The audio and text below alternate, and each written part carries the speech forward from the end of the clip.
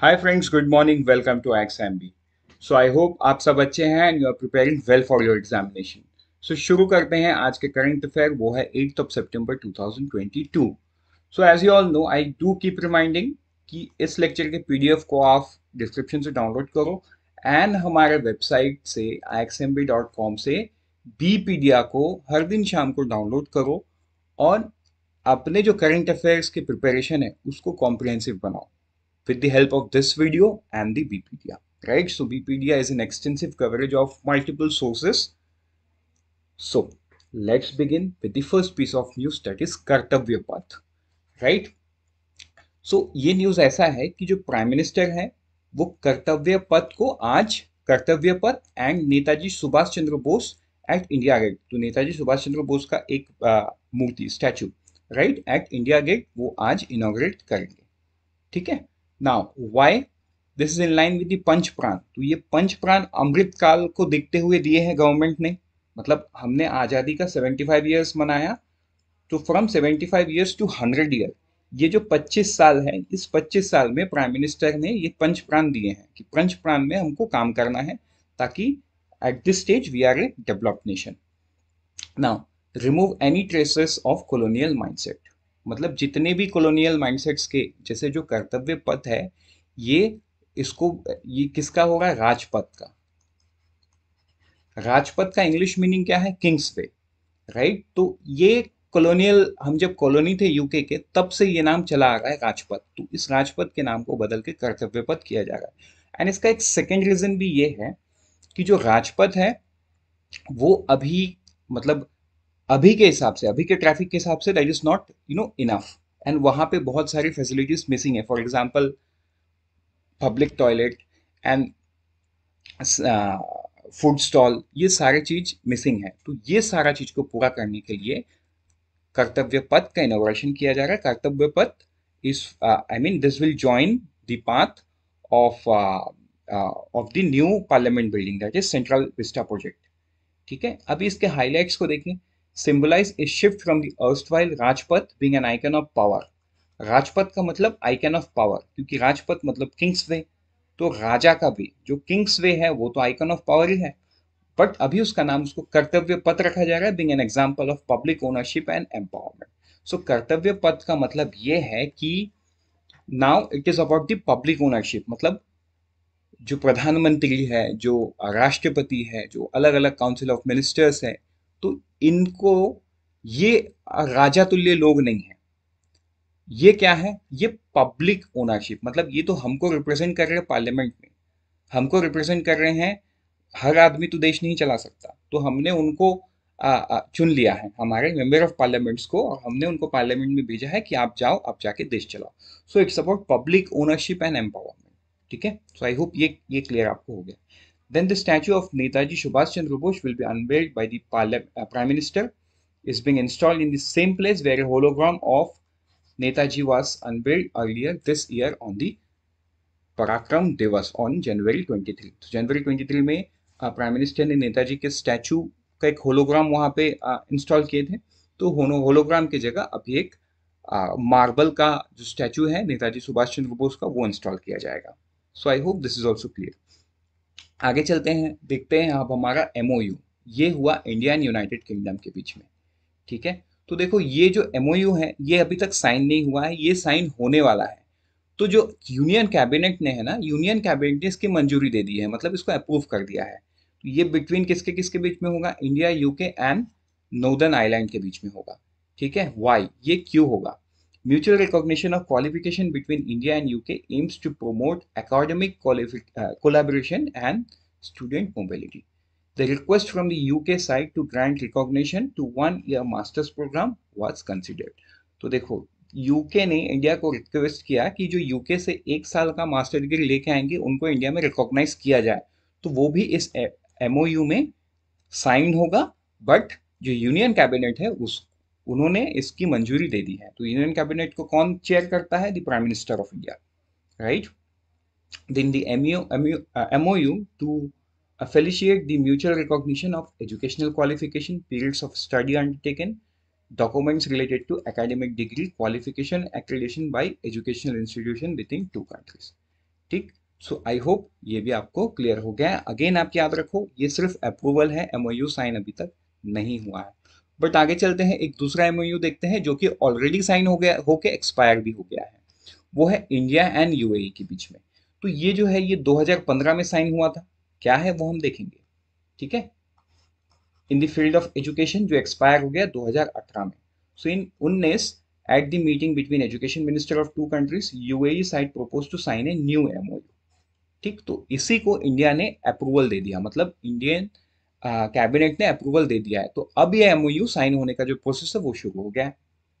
सो इसके ऑब्जेक्टिव को देखो, the objective of MOU to strengthen our ongoing educational collaboration between India and UAE and widen the scope of engagement.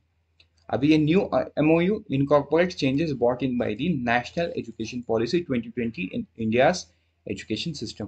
तो देखो, जो Indian education system है ना, उसको जो मिडिल ईस्ट है, स्पेसिफिकली यूएई बहुत ज़्यादा फॉलो करता है, ठीक है। एंड बहुत सारा एग्जाम्स भी उनका जो है इंडियन साइड से ही, इंडियन करिकुलम को फॉलो करते हुए ही करवाया जाता है। ठीक, तो इस इन दैट रिगार्ड, तो collaboration between India and UAE is a top notch thing. Then the MOU will be valid for a period of 5 years from the date of signing and will be automatically renewable on the consent of both the parties. Once signed, the MOU will supersede the earlier MOU signed in UAE 2015, which then ceased to effect. समझ में आ गया? सो ये क्या है? ये भी एक ऐसा एग्रीमेंट है जो अभी तक साइन नहीं हुआ है, लेकिन इसमें कहानी एंड बैकग्राउंड ऐसा है कि ये ऑलरेडी 2015 में साइन हो गया था एंड 2019 तक ये चला भी एंड एक्सपायर कर गया। ठीक है, तो अभी यूएई साइड ने प्रपोज किया कि एक नए नए एमओयू को साइन करते हैं regarding the same, regarding what, regarding educational collaboration between both the Nations. आगे बढ़ते हैं हमारे नेक्स्ट न्यूज पे, एमओयू इंडिया एंड मालदीव्स। ठीक है, तो देखो ये जो एमओयू है, cabinet approved MOU signed on 2 अगस्त 2022। मतलब ये एमओयू जो है ऑलरेडी साइन हो गया है, इसको कैबिनेट का मंजूरी मिल गया है। अब इससे क्या होगा, ये इम्प्लीमेंटेशन पे चला जाएगा between the National Disaster Management Authority of Republic of India and the National Disaster Management Authority of the Republic of Maldives। मतलब एनडीएमए दोनों कंट्री के बीच में ये एमओयू है, कोलैबोरेशन है on the field of disaster management. तो simple सी बात है, ये अपना बेस्ट प्रैक्टिस, अपने इक्विपमेंट्स, अपने अपने टेक्निक्स एंड ऑल, ये सारी चीज को शेयर करके अपने कैपेसिटी को एनहांस करेंगे। That's it. आगे बढ़ते हैं हमारे नेक्स्ट न्यूज पे। जैसा कि आपको पता है, जो हमारे कॉमर्स मिनिस्टर है Shri Piyush Goyal, he is on a visit to United States. तो उन्होंने यूनाइटेड स्टेट्स से एक स्कीम ऐलान किया है, वो है यूएस स्टार्टअप सेतु। तो ये है क्या? ठीक है, Shri Piyush Goyal launches US startup Setu, supporting, इसका देखो फुल फॉर्म देखो, supporting entrepreneurs in transforming and upskilling programme in San Francisco. ठीक है, अब ये वाई क्यों साइन हुआ है? The initiative would connect startup in India to US-based investors and startup ecosystem leader with mentorship and assistance in various areas including funding, market access and commercialization. ठीक है, then it is estimated that about 90% of the startup जो है ये इसीलिए fail हो जाते हैं क्योंकि इनके पास एक्सपीरियंस एंड एक्सपर्टाइज नहीं होता है। The problem with the startup is that जो फाउंडर्स होते हैं ना, वो मोस्टली उनके पास फंड की कमी की वजह से वो सब काम खुद ही करना चाहते हैं एंड स्पेसिफिकली उनको नॉलेज भी है। बट एक इंसान अगर हर काम देखेगा तो जो प्राइमरी बिजनेस है ना, जो प्रोडक्ट है या सर्विस है, उस पर कमी आ जाएगी। सो वही प्रॉब्लम यहाँ पे हुआ है। ठीक है, then what is Setu? Setu is designed to break the geographical barrier between mentors based in US that are willing to invest in entrepreneurship and sunrise startup in India. Then the interaction will be supported through mentorship portal under the Startup India Initiative MARC। तो देखो यहाँ पे आपका दो word आता है, एक आता है सेतु, इसका फुल फॉर्म क्या है? Supporting entrepreneur in transformation and upskilling programme in San Francisco. San Francisco आपको याद रखना है सिटी का नाम। देन मार्क और the mentorship advisory assistant resilience and growth programme. तो मार्क का फुल फॉर्म क्या हो गया? Mentorship advisory assistant resilience and growth programme, which is a single stop finder for startup in India. ठीक है, अभी व्हाट इज मार्क, ये आप यहाँ से देख लो। मार्क क्या है वो तो मैंने आपको बता दिया।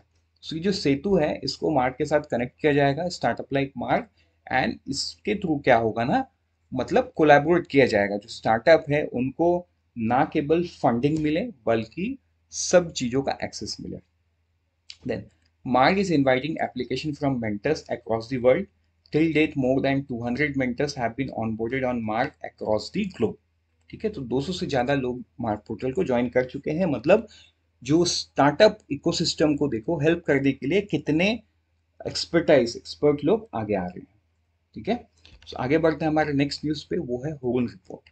तो हुगन रिपोर्ट में इस कुछ ऐसा आया है कि जो India overtook China to add most number of new unicorn startup valued at 1 billion और more in the first half of 2022 despite a funding winter haunting entrepreneurship in the South Asian nations.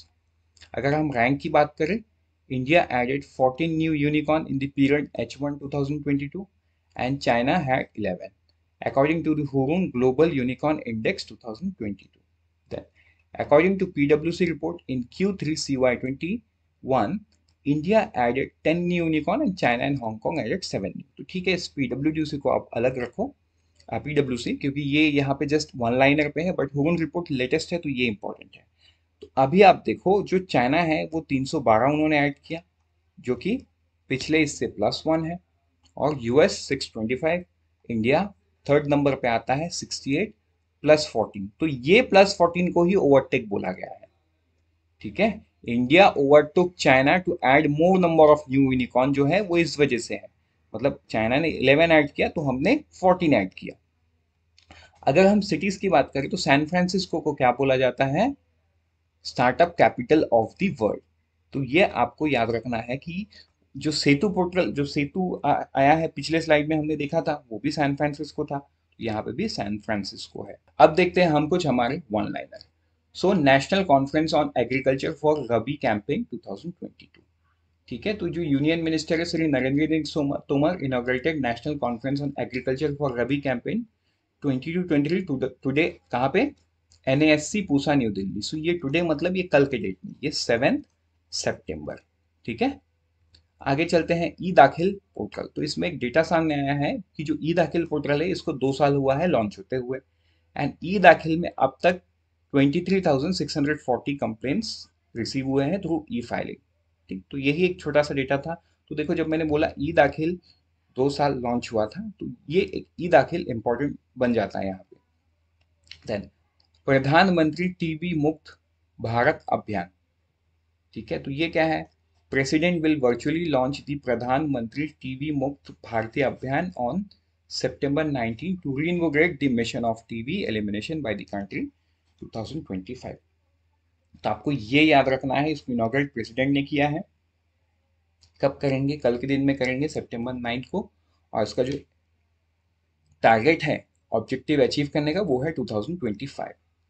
आगे बढ़ते हैं हमारे next news पे, वो है NCW national commission for women. इन्होंने first ever consultation for trans women, क्या नाम दिए, inclusion amplified trans women in India problems and prospects, ये नाम है। मतलब इन्होंने इस नाम का एक ये ऐड किया है, मतलब एक गैदरिंग। ठीक है, to address the misconception leading to stigma attach with the individuals of the community and spark a conversation with regard to their acceptance and participation in the society. So इसको किसने organise किया, national commission for women. आपको ये चीज याद रखना है। देखो, ये फर्स्ट एवर है इसीलिए ये इंपॉर्टेंट बन जाता है। एंड क्या नाम है, किसके लिए है, ट्रांस वुमेन के लिए। नाम क्या है, inclusion amplified trans women in India problems and prospect, ये नाम है। आगे चलते हैं नेक्स्ट न्यूज पे, वो भी कुछ वन लाइनर है, ban on forest trading for unauthorised. तो जो रिजर्व बैंक ऑफ इंडिया ने है वो कुछ एंटिटीज को बैन किया है for because they were transacting on forex but they were not authorised from Reserve Bank of India. तो वो कौन से नाम है, तो let's not get into that, but yes as a information आपको पता होना चाहिए था तो मैंने आपको बता दिया। एक्सिस बैंक एंड पे नियर बाई दोनों ने कोलैबोरेट कर लिया है, पार्टनरशिप कर लिया है। क्यों, with branchless bank network PayNearby a senior executive action sent Wednesday that tie-ups would aim to provide private lenders and achieving priority lending aims। मतलब priority lending में जो पे नियर बाई है वो एक्सिस बैंक को help कर रही है। इसी इसी ऑब्जेक्टिव से दोनों ने कोलैबोरेट कर लिया है। ठीक है। अभी अगर हम आगे कुछ न्यूज में आए तो आपको देखो कुछ न्यूज याद रखना है, जैसे जवा जवाबेदी जवाबदेही यात्रा। ओके, दिस इज जवाबदेही यात्रा। ये कहाँ पे हुआ? राजस्थान में हुआ, राइट। ये कहाँ पे हुआ? राजस्थान में। Then professor from Chennai to head mathematics panel, तो ये कौन है? सानोली गुन, राइट। तो ये मैथमेटिक्स पैनल को हेड करेगी, ठीक। तो ये भी नाम आपको याद रखना है। नाउ ये जो मैथमेटिक्स पैनल है, ये कहाँ, कौन सा मैथमेटिक्स पैनल है? इंटरनेशनल मैथमेटिकल यूनियन, ठीक। चलो आगे बढ़ते हैं हमारे नेक्स्ट न्यूज पे, हुए जॉब ग्रोथ की प्रायोरिटीज है नॉट इन्फ्लेशन। तो ये भी गवर्नमेंट ऑफ इंडिया का एक छोटा सा न्यूज है, जो कि एज एन इंफॉर्मेशन है, जहाँ पे फाइनेंस मिनिस्टर ने बोला कि जॉब एंड ग्रोथ की प्रायोरिटीज है गवर्नमेंट के, ना कि इन्फ्लेशन, ठीक है। सो आगे बढ़ते हैं विथ टू स्क्रीनशॉट, जैसे cabinet approved policy on long term railway land for implementation of PM गति शक्ति फ्रेमवर्क। तो ये जो पर्टिकुलर न्यूज़ है, ये हमारे यूट्यूब चैनल पे as an standalone video आएगा, तो उसको मैं यहाँ पे डिस्कस नहीं करूंगा, बिकॉज ये थोड़ा सा बड़ा न्यूज़ है एंड इसको हमको इन डेप्थ समझना हमारे एग्जाम पॉइंट ऑफ व्यू से बहुत इंपॉर्टेंट है, ठीक है। वैसा ही एक सिमिलर न्यूज़ जो हमने देखा था, पीएम श्री स्कीम कल के दिन में लॉन्च हुआ था, उसका फ्रेमवर्क बाहर आ गया है, तो उसके फ्रेमवर्क को भी हम समझेंगे, लेकिन करंट अफेयर वीडियो में नहीं, हम एक स्टैंड अलोन अलग से वीडियो में समझेंगे। With this, unfold your potential with IXMB. All the best. Prepare 50% faster with IXMB. Let's meet tomorrow morning once again with the fresh energy.